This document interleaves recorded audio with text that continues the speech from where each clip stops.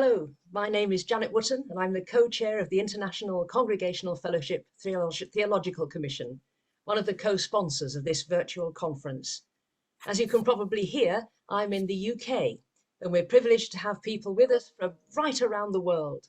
So I should probably say good morning, good afternoon, good evening all. It's my delight to welcome you to today's virtual conference, Mission and Transmission, Walking in the Congregational Way.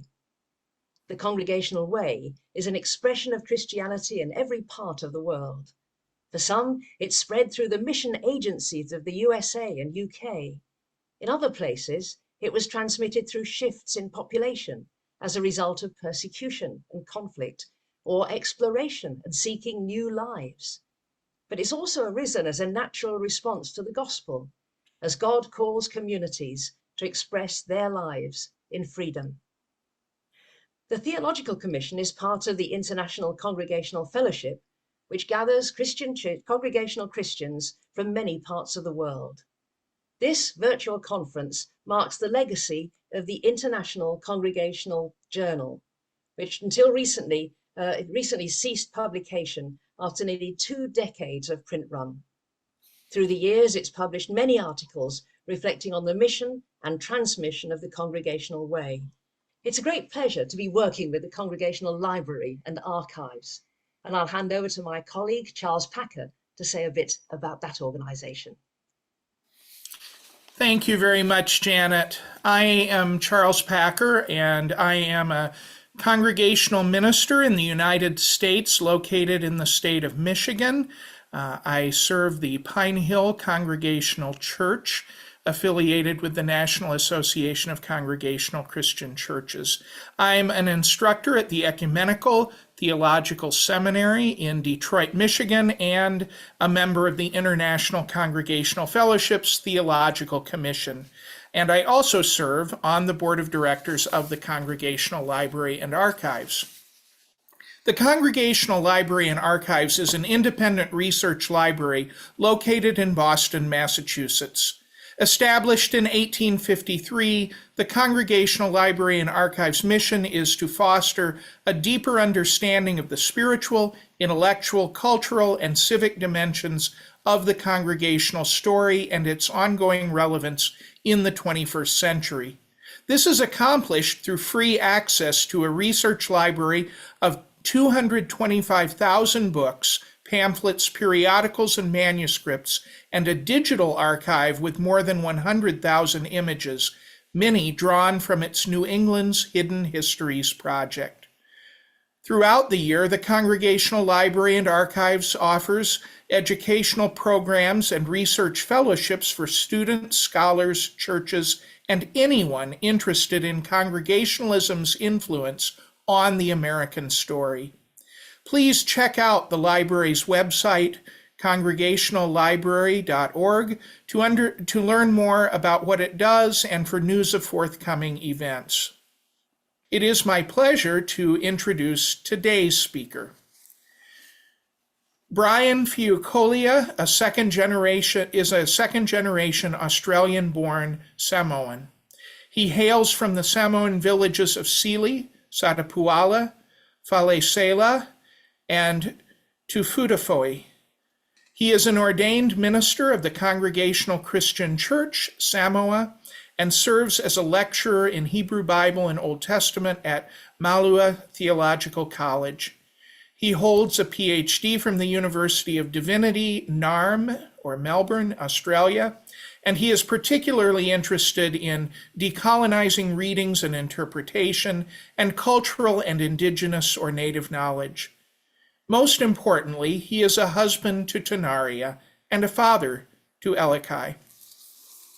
It is my pleasure to turn our keynote address over to Dr. Brian Kolia. Thank you so much, Charles, for that very generous introduction, and I offer warm greetings. I'm from Samoa, but currently I'm in New Zealand for another meeting. And on that note, I just want to acknowledge that I am zooming in from the lands of Monterey in Tamaki Makaurau, otherwise known as Auckland. And I acknowledge the traditional owners of these lands, particularly the Ngai Tahuhu, the original custodians of these lands. I acknowledge also all Indigenous peoples that are in this meeting today, this morning, this evening, this afternoon, and offer warm greetings to you all. So the title of my talk is A Changing Church, but an Unchanging Bible, Congregationalism in Pacifica and the Diaspora. So before I give my talk, I want to give a brief history of Congregationalism in Samoa. Christianity arrived on the shores of Samoa via the London Missionary Society to the village of Sapapali'i on the island of Savai'i on the 24th of August, 1830. The mission was headed by a Baptist minister, the Reverend John Williams, and assisted by teachers from Tahiti. They were also helped by a Samoan couple, Puasese and her husband, Fauea. This Samoan couple was residing in Tonga. The two were picked up by Williams after stopping over in Tonga for some supplies. Although its church polity were determined by the London Mission to be aligned with Congregationalism, the church in those early years took on the name of the London Missionary Society, simply called the LMS, or using the Samoan pronunciation of the letters La Mo Sa. The Samoan church was also referred to by its more colloquial name of Lotu Tahiti, which is translated as Tahitian Church, as a nod to the Tahitian teachers who helped bring Christianity to Samoa. Over the next number of years and decades, the Samoan church saw the establishment of its theological college at Mālua on the island of Upolu in 1844, which today remains the longest continuous running theological college in the Pacifica region, and that is the college that I currently teach at. In 1860, the Bible was translated into the Samoan language, a project spearheaded by missionary George Turner with the help of, unfortunately, nameless natives in the village of Avao on the island of Savai'i. In 1961, just a century later after the translation of the Bible into Samoan, in tandem with the political independence of Samoa, the church gained autonomy from the London Mission, and at the annual conference of that year, the church took on the name the Congregational Christian Church of Samoa, a name which finally acknowledged its denominational affiliation. Later, the church underwent some name changes. Firstly, and these name changes consisted of just changes in the preposition that comes after the name church. So firstly, to the Congregational Christian Church in Samoa, a change of the preposition from of to in, which was a result of a theological argument about the church not belonging to Samoa as implied by the preposition of. And then finally, the preposition was removed altogether, as the preposition in did not reflect the growth of the church to countries outside of Samoa, such as in New Zealand, Australia, the US, and Hawaii, as well as in Fiji and American Samoa. Thus, the church to this day is known as the Congregational Christian Church Samoa. Now, a bit about the Diasporic Church. The majority of Samoans in Australia immigrated from New Zealand. So initially there was a mass migration of Samoans to New Zealand. And I mention Australia at this point because this is the context from which I come from. So I am a diasporic Samoan, and I belong to a church in Australia, a Samoan church, and there's quite a number of churches, Samoan churches, congregational churches in Australia. The patterns of mass migration to the South Samoa began therefore with New Zealand, where mass migration of Samoans to New Zealand commenced around the end of the Second World War, from the 1940s to the 1950s. Samoan scholar Felice Va'a notes that Samoans migrated to Australia soon after between the early 1900s and the 1970s, but their motivation for migration was based on individual pursuits, and back then, immigrational laws were not as tight as they have become since. However, since the 1970s, New Zealand would not be the final destination for a large number of Samoan migrants. With a larger economy and better job prospects available, mass migration of Samoans to Australia eventuated, beginning in the late 1970s to the early 1980s. Va'a, who writes of the early years of mass Samoan migration to Australia in his book Sa Ilimatangi, Samoan Migrants in Australia, emphasizes the pool of economic well-being for both Samoan immigrants and their extended families back home as being the impetus behind their migration. Va'a comments that studies on Samoan migration in Australia are few, no doubt because Samoans did not migrate there on a large scale until the 1980s. The studies that have been conducted since the 1980s had been focused on certain cities where there was a concentration of Samoans in residence, such as Newcastle in New South Wales, and other New South Wales towns such as Blacktown, west of Sydney. Va'a focuses on another New South Wales town of Canterbury, Bankstown, another city just on the outskirts of Sydney. However, all three of these studies have been conducted in specific areas of New South Wales and therefore do not include Samoan diasporas such as Queensland, in Victoria and the Australian Capital Territory, and more recently Western Australia, South Australia, and the Northern Territory.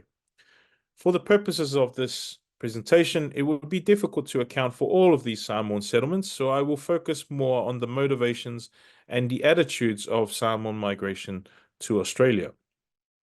Similar to Samoan migration to New Zealand, there was a tendency by Samoans in Australia to seek housing closer to areas where there were unskilled jobs available, such as coal mining and factory jobs and/or areas with cheap housing.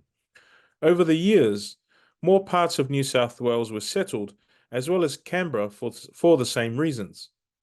Melbourne in Victoria and Brisbane in Queensland also became areas of settlement during the 1980s, as Samoans headed to other areas on the eastern side of Australia where there were more jobs and cheaper and newer housing as Sydney grew in population. The 1990s saw people head west towards Perth and Fremantle, where the mines presented further job opportunities. The experience of living, working, and being educated in New Zealand put Samoans in good stead to take advantage of these opportunities. The demographics of Samoan settlement were no longer restricted to New South Wales, but now extended to the rest of Australia. With the settlement of Samoans, Samoan churches became established, which subsequently provided evidence of Samoan settlement. The significance of the churches is that they gave the Samoan communities a form of identity that replicated the villages in Samoa. McPherson argue that the identity of the village is synonymous with the church, as though the church has always been the foundation of the village, its history, and its social organization. As such, Samoans in Australia not only set up churches to maintain their religious experience, but to establish continuity with village life in Samoa. Additionally, Va'a claims that the church has provided many of the socio-economic and political functions of the Samoan village.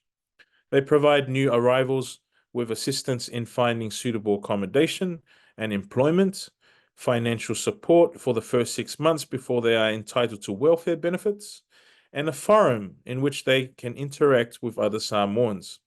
In other words, the churches became the Samoan migrants' village away from Samoa. Decolonizing the Samoan church diasporically. The centrality of the Christian church in the Samoan context is visibly obvious through its many large church structures. However, as is noticed in the Samoan context today, the attendance levels in many villages are dropping. There is a growing lack of urgency in getting to church for Sunday services, where many younger people are inclined to stay home and take care of familial duties such as cooking and taking care of the sick and elderly who are not able to attend church. Yet, such absences may also be an opportunity for others to make excuses for their own non-attendance, as is a common attitude found in Samoan village communities. For whatever reason, the centrality of the church is not as prominent as it once was. There is not enough room in this discussion, this talanoa, for me to delve into the reasons behind this attitude of church attendance, nor is it my focus. Rather, I want to talk about the centrality of the church and how this idea of centrality has manifested in the diasporic context. In Samoa, the church is a place that caters for the spiritual well-being of its people. But as mentioned earlier, in the diasporic context, the church not only carries this spiritual focus from the homeland to the hostland, but it also implements a new purpose that is not spiritual in the narrow sense. This new purpose sees the church morph into a new village-like space for Samoans living abroad. With this new identity comes responsibilities that are different from those traditional responsibilities of the churches back in the homeland. In addition to spiritual well-being, church leaders are responsible for the physical and economic well-being of its parishioners. It is not unusual to find members of a church also working at the same place of employment, attending the same educational institutions, or even being members of the same sporting clubs. These other forms of memberships emanate from the networking of church members.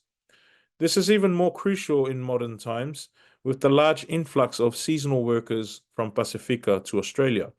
For instance, the establishment of Samoan churches in the townships of farms and abattoirs where Samoan seasonal workers are stationed provides Samoan workers with valuable support, such as housing, food and clothing, and any additional aid. For the Samoan seasonal workers, they too identify these Samoan churches as their village away from home. Sadly, the Samoan seasonal workers who do not have Samoan churches, and similar for other Pacific identities, find it tough and are more at risk to being exploited through inadequate housing, excessive and dubious pay deductions, and poor slave-like working conditions. Clearly, the Samoan churches hold a significant position for Samoans in the diaspora because they are spaces that uphold the Samoan values of fa'aloalo, respect, alofa, love, and the deep concern for ainga, family. These values are carried from the homeland into foreign contexts and are maintained in these established church communities. This notion of carrying one's family, culture, religion, and its associated values is known as maotatauave, which is the Samoan word for the house that is carried. Maotatauave is also a Samoan proverb which pronounces a mandate for any Samoan who leaves their homeland to always remember where they came from and to always identify with one's culture and ainga, family. Through Maotatauave, one can see a decolonizing of the Samoan church. The transplanted church upholds the mission of spiritual welfare, but in the new context, the church is not just a spiritual place. It becomes a space for Samoans to network and to continue to uphold its Samoan cultural values. The European missionaries of the past who brought Christianity to Samoa promoted the gospel in ways which negatively impacted native culture, with many cultural practices considered paganistic and savage. The diasporic church, however, becomes a space to nurture Samoan language and culture, which Samoan scholars Dion Enari and Lorraine Mataula argue are at a decline in Australia. However, as long as the diasporic churches are still around, there will always be spaces to foster language and culture. Sadly, one aspect of the church that has not been decolonized is the Bible, or more specifically, Samoan's reading of the Bible. We are still overly pious and take ourselves too seriously when we read the Bible. And as a result, we lose our Pacifica ability to be humorous. Now, let me draw our attention to a Pacifica term known as Mālie. Mālie is a term common to Samoans, Tongans, and other Pacifica cultures that translates as humor, joy, and happiness. And it also means calmness and softness. But the missionaries taught us well by banning our so-called savage ways so that we can become more pious and read with a Puritan mindset.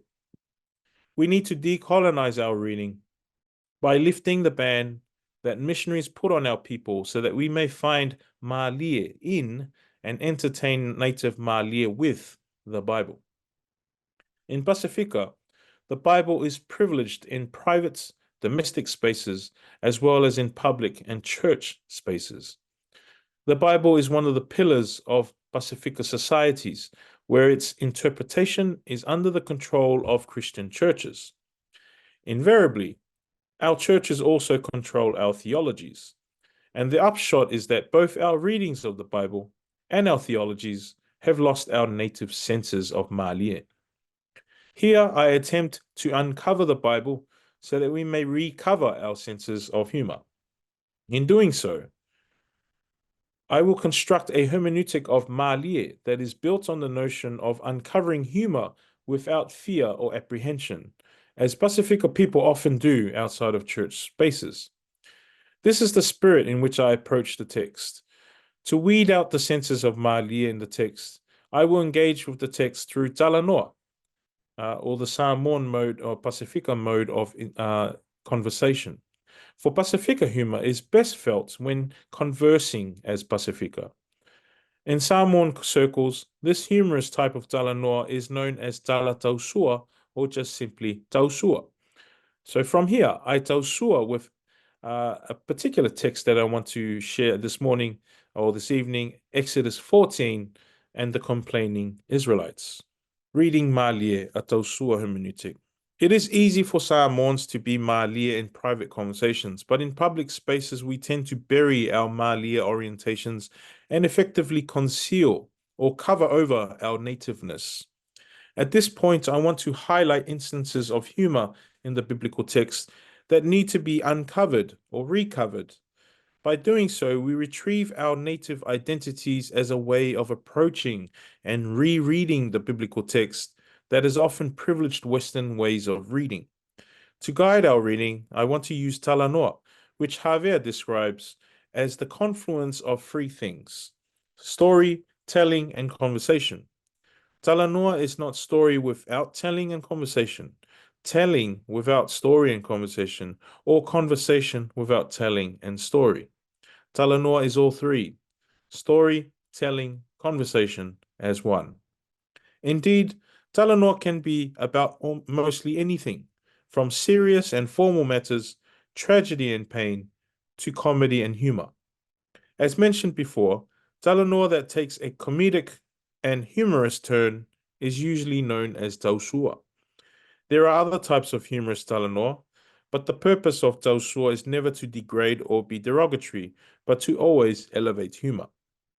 The word Tausua, when broken down etymologically, can help us to understand how Tausua works, and it is made up of two words, tau and sua. The word tau has an array of meanings as outlined by Samoan scholars such as Vaitusi no Foenga, but for our purposes, the meaning of to strive is appropriate. The word sua in Samoan means to dig. In this sense, tausua can have the meaning of having a dig at someone or making fun, but it can also mean to dig out some humorous content for the sake of laughter. And as mentioned before, the intention of tausua is never to hurt or to degrade a person, but a way of maintaining a sense of humor. Those who have a thick skin or cannot take a joke are said to be le tausua or cannot tausua. So in order to tausua, one can take a dig, but must also have thick skin or have the temperament to handle jest and mocking. This dynamic will be replicated in our reading. We may take a dig or tausua at the text, but also be ready for the text to tausua back at us, the readers. Our first point of call then is to sua, to dig for humor in the text. This implies that there is humor. We just have to dig for it. For Pacifica people, humor is also how we deal with trauma, because Mālie not only makes us laugh, but Mālie is soft, also softens the pain of trauma. So let's turn to the text. One story that depicts these nuances of Mālie is after the emancipation of the Israelites from slavery in Egypt. We have the Israelites, the Whinging Israelites. Now let us Tausua for Mālie. In Exodus 14, as Pharaoh and the Egyptians were pursuing the Israelites show Mālie, humor, in their cry to Moses in verse 11. Was it because there were no graves in Egypt that you have taken us away to die in the wilderness? Now, when read through a Tausua lens, we can picture the Tausua of the Israelites, who use Mālie humor through sarcasm to Mālie relieve their trauma. With a Pacifica perspective, we can uncover the Mālie in the response by the Israelites. First, in my Samoan context, finding a place for burial is not a problem because Samoans could be buried anywhere on their land. So the question that there were no graves in Egypt is Mālie, because from a Samoan perspective, one can be buried anywhere on the land, even near the outdoor kitchen where food is prepped. This might be unusual for Westerners, but it is not uncommon to be buried even on one's front yard, as you can see in this picture. Every Samoan then has their place of burial. Only animals are buried in the wilderness, or the Samoan term used in the Bible, vau, because animals belong to the vau. Now this is Mālie, because the Israelites' response equates themselves with land animals who belong to the vau. For Pacifica people, the use of humor can also be a recognition that in situations where there is little to no hope, like what the Israelites are experiencing in the vau, the best way to react is through humor, because there is not much to cry about. In a sense, this is how the Israelites sound. Despite their cry being in protest, complaint, demand, and hope, the Israelites have found their voice. The words they utter are less of pain, but more sarcastic on 2 points. First, of course, there are graves in Egypt. This is not a question of fact, but a humorous inquiry of intent. Second, we cannot imagine the Israelites would want to go back to a life of slavery and oppression. Again, this is not statement of fact, but a request to be rescued, identified in comical terms. But might it also be a reflection of their attitudes towards their migrant state? That when one is caught in between spaces, longing for the past can be a coping mechanism for their current situation if the present isn't quite what it was made out to be. As such, this passage shows Mālie relief, comic relief perhaps, as a way of dealing with trauma. The trauma for the Israelites is their impending death, and in dealing with this trauma, Mālie is uncovered, because the Israelites claim to prefer slavery and not freedom. In talanoa with Pacifica people, the events prior to Exodus 14 remind us of the seasonal workers scheme in Australia, in which farm and abattoir owners exploit Pacifica workers through neglect and exploitation, low wages and over deductions, and expensive and dreadful living conditions. As you can see in that picture to the right, this is a picture of I think it's a 3 or 4 bedroom house that is housing all those Solomon Islanders.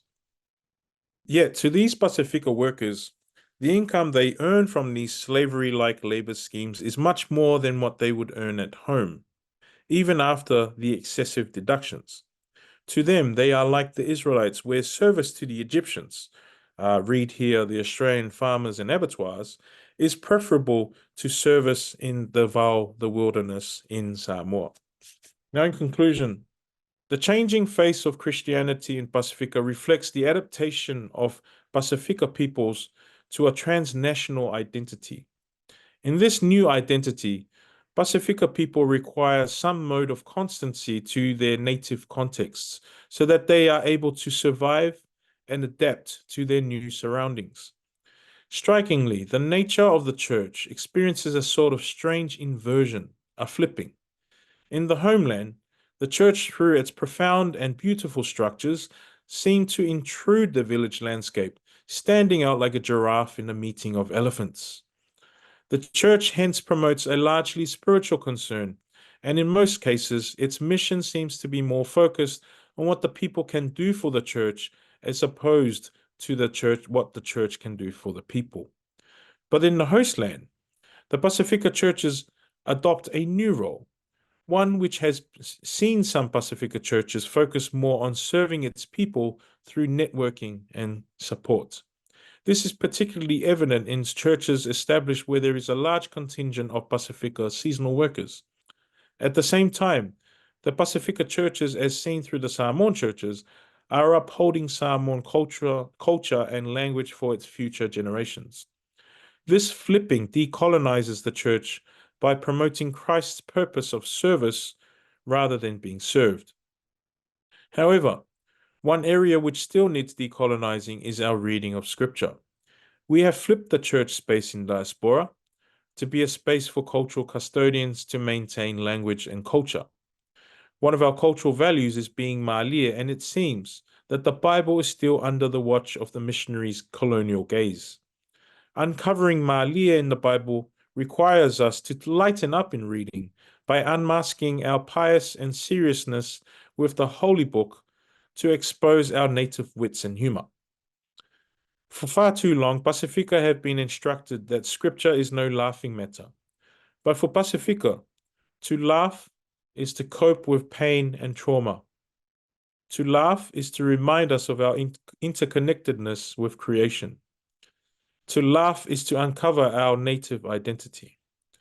Perhaps this is why the missionaries told us not to laugh, because our indigeneity was not pious and unholy. At the same time, like our Tausua reading of Exodus 14, the text can also remind us of the sufferings and distresses of our mob, our whānau, our ainga, our family around us. But what about texts that do not contain humor and that are in fact tragic and horrific? What about texts that do not contain anything Mālie but only matters that cause sadness or anger? Of course, not all texts contain humor. Yet, as valid as such questions may be, the voice of the colonial discourse lingers in the air because in these questions we are ordered not to laugh again.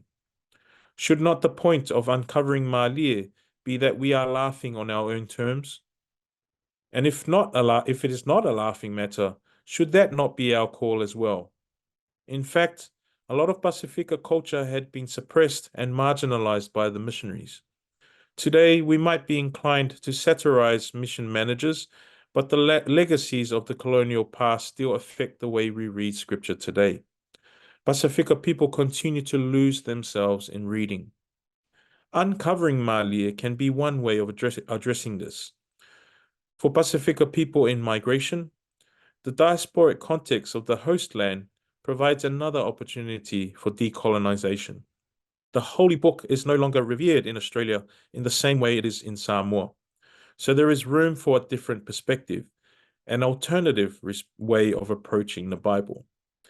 For revealing Mālie in Scripture is to perceive the ironies and riddles which might not be obvious because of our over-pious attitudes. Uncovering Mālie brings out the humor in Scripture, but it may also disclose humor in public spaces, enabling Pacifica readers to maintain their native identity in foreign lands and introduce a Pacifica worldview of dealing with trauma and tragedy.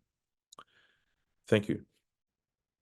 Thank you so much, Brian, for sharing those perspectives. I took, despite the slides, I did take some notes, and that the notion of finding the humor in the text is something that I think can speak to so many different contexts, but thank you for raising that as a particularly Samoan and Pacifica emphasis. That's extraordinarily helpful.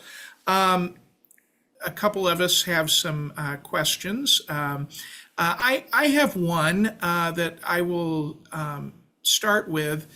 I'm just curious, in North America, I know for sure that there are certain texts or certain concepts within biblical texts that speak to the North American experience of Congregationalism and mission as there was migration from England to North America 400 odd years ago. Are there texts that would speak, that just come to mind naturally to for Samoans either in Samoa or in diaspora that speak to the congregational Samoan experience? Yeah, thanks. Yeah.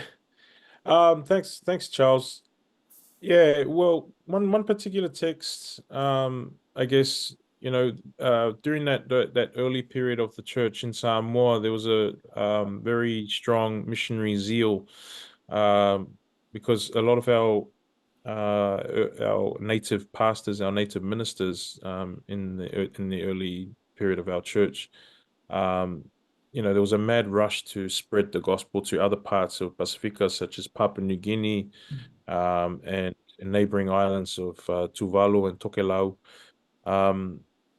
And so, obviously Matthew, the go forth and make make disciples of the nations. There was a typical text that spoke to the congregational spirit. And parts where I mean, I can't recall the exact text because a lot of these texts are New Testament texts. And being a Hebrew Bible scholar, I don't read the New Testament as often. But when they say, like, when there's one or two people in my name, in Jesus' name, that seems to be another text that represents the congregational spirit here in Samoa. So those are the two that stick out in my mind. And I'm sorry that I can't quote the exact reference from the New Testament. But yeah, those two. Thank you. Thank you. David Powers has actually not a question, but thanks from this New England Congregationalist for such a wonderful reminder of the importance of humor, most vital. A question from John Thomas. In your teaching at Malua or in the congregations in Samoa or the diaspora, do you experience resistance to this hermeneutical approach? And if so, what strategies do you employ to overcome this? Yeah, that's a great question. So, over the last few decades, at Malua, there was a strong sort of emphasis upon Western methodologies through historical criticism, and all the different. And there is still some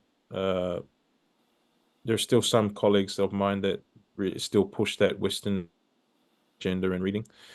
And so, with those type of people in the midst, you would get some sort of resistance towards this hermeneutical approach. However, what I do remind them is that even the historical criticism and all those different Western approaches are also hermeneutics. I think there is this large assumption that that these things are the normative, but really, when you look at it with a magnifying glass, these are Western hermeneutics. They're Western perspectives. To do historical criticism in reading is basically to read it through the lens of a white German scholar. And so the questions that arise from those methods in reading, they serve agendas and purposes in those contexts. Now, what would a Samoan farmer who is trying to make ends meet, basically just goes to church every Sunday just to try and get spiritual nourishment, what interest does he have in something that was dug up in some area in Mesopotamia for his daily living? Probably nothing. So the agendas that those type of methods serve, they don't really serve the people in our context. So by pushing the envelope a bit through reading in alternative ways through native frameworks. It also, it gives alternative insights, but it also serves the grassroots of our context. To look at texts from native perspectives. So yeah, it's a matter of, and sorry if I'm not answering the question properly, but it's a matter of trying to name what it is. I think there's a common misconception amongst people that, doing reading the text through Western methodologies and all that is not hermeneutics, when really it is. It's just, we got to label it, right? I think, Charles, you might remember at these meetings that we go to in November in for the Society of Biblical Literature. We have a lot of different sections in those meetings, whether it's Asian studies, where it's Islander studies, where it's African studies.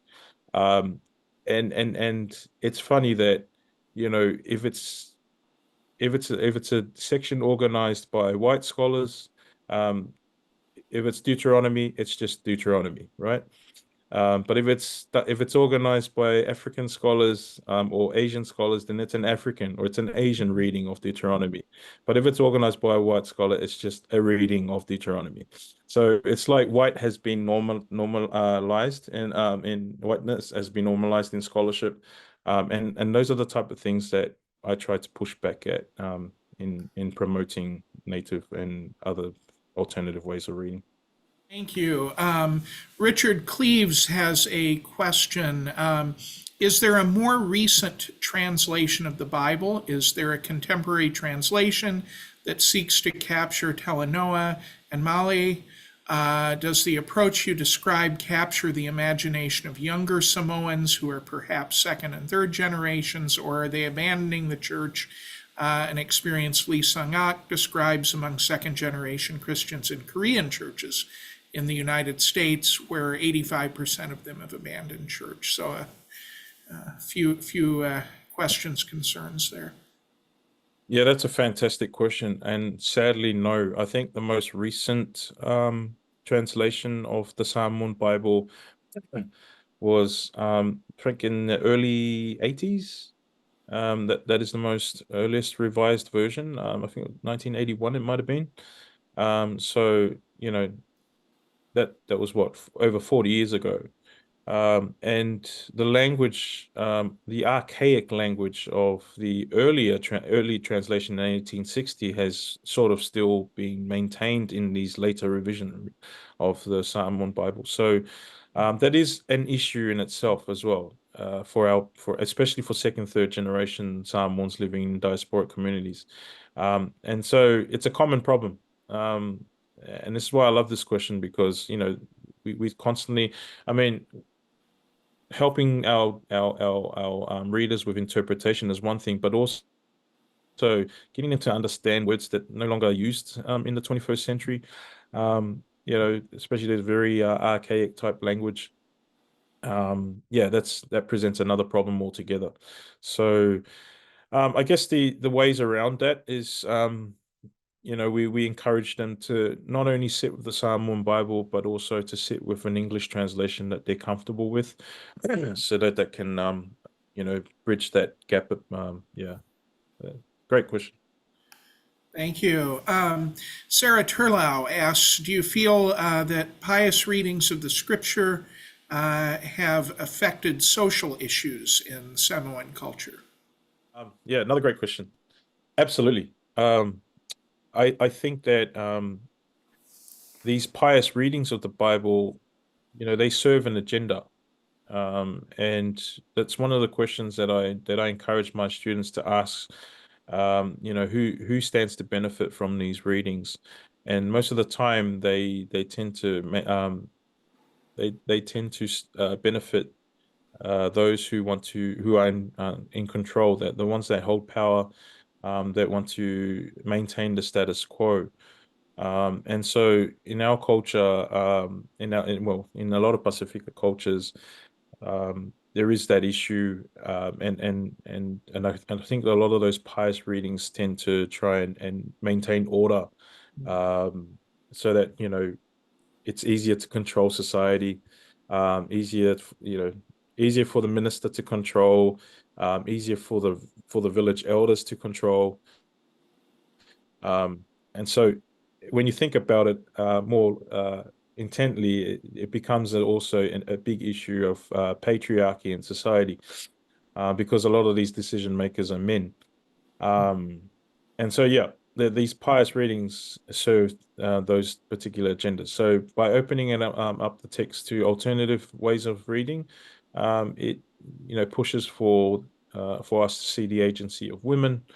I think also to look at other characters and other voices that are being suppressed in the text.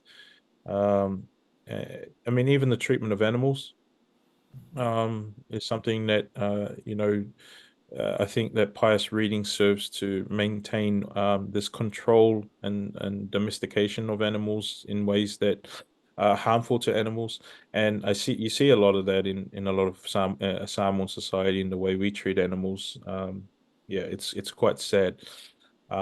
Yeah, so yeah, I think that's a great question, and yeah, my answer is yes. Thank you. A comment from Deborah Philibrown that she's reminded of Elton Trueblood's work, The Humor of Christ, by some of the sharing there. Lennox Fisher asks, where can it be Samoan humor be heard in the prophets and poetry of the Hebrew Bible? I certainly sense some honest sarcasm in these voices. And I know you've worked in Psalms and wisdom and in your academic work. Yeah, I mean, I wish I had more time, but certainly, I've also written a piece on Jonah, and the whale, and there's a lot of humor in that. And so I think it's funny that you say that, that you asked that question, because a lot of Samoans are so drawn to that story. And it might be because of its, you hear a lot of the moana and in the ocean, in that story, and so it resonates with Pacifica people. And those spaces contain a lot of humor for us. There was the moana, the sea space. Yeah, these are. I mean, they're turbulent spaces, but at the same time, they're spaces that generate a lot of laughter and humor. But you see also in the story of Jonah that this very humor that we see, it's sort of at the end, there's a lot of trauma for the prophet at the end of and we're left with this open-ended ending in the book of Jonah, and you would know, Charles, that one of my favorite texts in the whole Bible is the book of Ecclesiastes. Another great text that you can see with the lens of humor, especially when you put it in conversation with other conventional wisdom texts such as Proverbs. They're banging out the whole teachings of Deuteronomy. If you do good, you get blessed, but if you do evil, then you get cursed. And then you get guys like Kohelet, the authorial voice in Ecclesiastes, saying, "Well, I think that's that's not there's a lot of that's a lot of bull." You read chapter 8 verse 14 of Ecclesiastes, and he says, "Oh, I've seen the world that's far different from that." And so this whole Deuteronomy theology is just it's not right. We see people that are doing good, that are doing good works, that are not being blessed, and we see people doing evil that are being blessed. And Job, the story of Job is again this pious man who, and a lot of humor in that story as well, who not only offers sacrifices but offers sacrifices in advance, just in case his children sin, which is to me quite a funny thing. So yeah, sacrifices in advance, but at the end, he suffers. he gets cursed for being pious, so to speak. And I think there's a lot of humor in those poetry and prophet. But obviously, if I had more time, I'd probably try and dig it out some more. Yeah, there's a lot there to mine. So Janet Wooten has asked the prophets and also Jesus used humor to dig at the injustices of their own time. If we released that humor, could we challenge injustices more effectively? Was that part of the suppression of humor by the colonists? Mm. Yeah, I think I really think so, Janet. Like I think when a lot of people, I mean, I've heard the phrase. I don't know where it came from, but it says sarcasm is the wit of uh, what, the smart people or something like that. There was something along those lines. So those in control probably don't like sarcasm as much as as the rest of us. Um, and so, when I think that what wit does and what humor does, it challenges those conventions in ways that aren't quite as sort of aggressive as say like a more upfront type of challenging of those injustices. Um, but yeah, humor. I think humor has a unique way of pushing that message across and then get people to think. And I think Jesus uses that a lot. Perhaps that's probably why Jesus wasn't crucified earlier than expected, because he uses a lot of satire and humor. Um, yeah, but I think humor serves a really good way of dealing with the injustices in this world, and um, that probably would have been another element in my paper that I could have opened up a bit more relative to what's happening in the world today. Um, but yeah, thanks, Janet, for that important question. It gives me a lot to think about. Kyle Roberts has asked, will diaspora by its nature accelerate the work of decolonization? Or is that not necessarily a given? Is it possible that diaspora could reinforce colonial structures? I think diasporic communities have a great opportunity because, especially like if I'm using Samoan diasporic communities as a reference point, they're in a context that allows them to open up more. When you're living in a village context, it's a traditional society, and the status quo is enforced by the village matai, the chiefs. So the opportunity to voice any disgruntlement or any attitudes of resistance towards power and patriarchy is very limited, because there are bans and stuff like that that are enforced. Possibly removal from the village and kicking you off your own land, it can be possible. So, but to voice your concern and your suspicion against traditional and cultural practices is much easier in diasporic contexts, because you don't have those same frameworks. You don't, it's a lot more free. And plus, this whole exposure to other contexts and the way they can see issues and deal with injustices, it can influence our people in the diasporic context. I mean, classic example is, in Samoa, we had the elections a couple of years ago, and the drive from diaspora to out that previous government was so strong that they succeeded. And because there a lot of our people in the diaspora, they're exposed to these other attitudes of resistance and questioning. They were able to channel that energy to Samoan politics, even though they weren't legally allowed to vote. So diasporic Samoans have a lot of opportunity to do that, but at the same time, complacency, if that kicks in, then then there is the likelihood that some of those things that we're seeking to subvert might not actually be subverted at all, and then there's a perpetuation of the colonial project all over again. So I think there's an opportunity that we need to take hold of, and we need the right people in place, I guess. I want to close with one question that I think is really relevant to your reference to Jonah and Moana and the sea.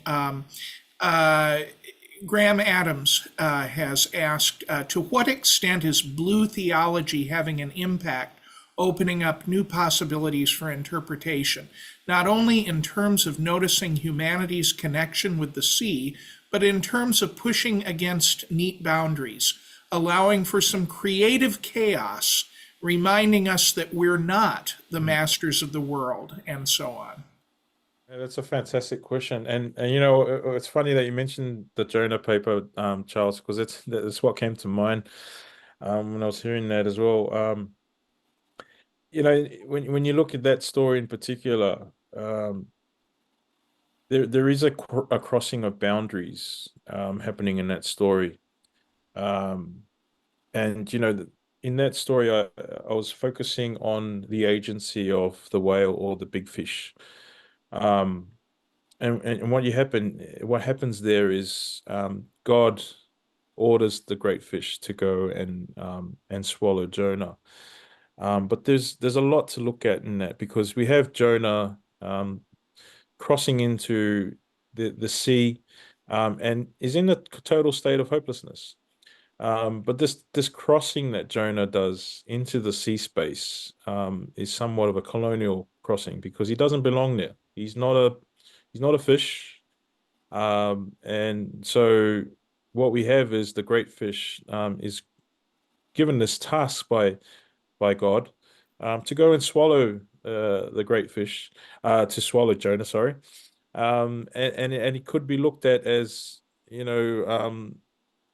the great fish responding because the great fish is the master of the sea space. I mean, God could have ordered anyone, but felt that the great fish is the one that should be tasked with that task of swallowing Jonah, because the great fish is the master of the sea. And in that moment, Jonah realizes that he isn't the master of creation, as we often think of ourselves, because the earth doesn't need us, humans. I'm referring to.